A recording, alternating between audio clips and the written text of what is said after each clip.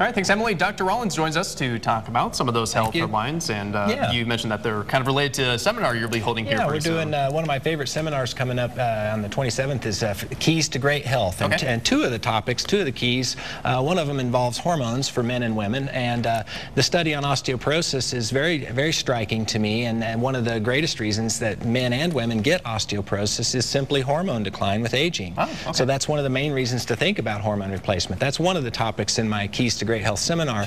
The other issue I again thought was right up our alley, the study on less stroke in women with that simply exercise and eat right. I mean, there's so much evidence you can cut the risk of cancer, lots of diseases, 50% just by exercising regularly. We're talking walking every day kind of equivalent, and eating healthy diet. So again, exercise and diet are two components of my seminar. Today I was going to speak about another component that's really an important foundation for great health, and that's gut health.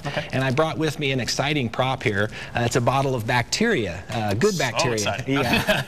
In this case, good bacteria. It's a probiotic, and it's a broad spectrum of good bacteria that we normally find in our intestine. And the intestinal health has got to be one of the most important foundations for great health. Believe it or not, everything from arthritis to anxiety can be tied back to gut health a lot of times. It's fascinating.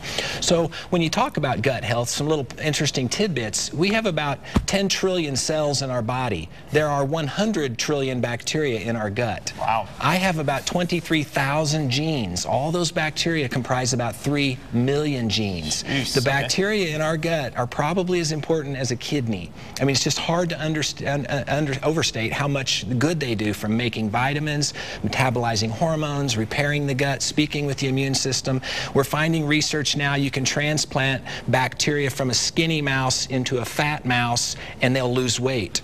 You can transfer diabetes by the type of bacteria in the gut. So we're starting to make a lot of connections in science with the bacteria in our gut. So that's one component of intestinal health. We do a lot of work with delayed food allergies, healing leaky gut, and I thought I'd just really emphasize the role of the intestinal health and overall health. Yeah, and you don't necessarily hear in the news or whatnot about the importance of intestinal health as being one of the main factors of good health, but apparently it is. There's a connection, and sometimes it's like a series of dominoes. It's kind of hard to explain to patients until you really explain. And part of the connection with the gut is that 70% of our entire immune system surrounds the gut. So if it's misbehaving in any of these ways I mentioned, the immune system hears about it, and you get inflammatory chemicals and other hormone changes, and it leads to this metabolic soup. And so it's really exciting to tease that back to the first domino, if you will. And sometimes that's simply intestinal health. So these are the kind of topics I talk about in our Keys to Great Health seminar. It's coming up here in a few weeks. I think we have a full screen with the date there on the 27th. Absolutely. All right, so if you're interested in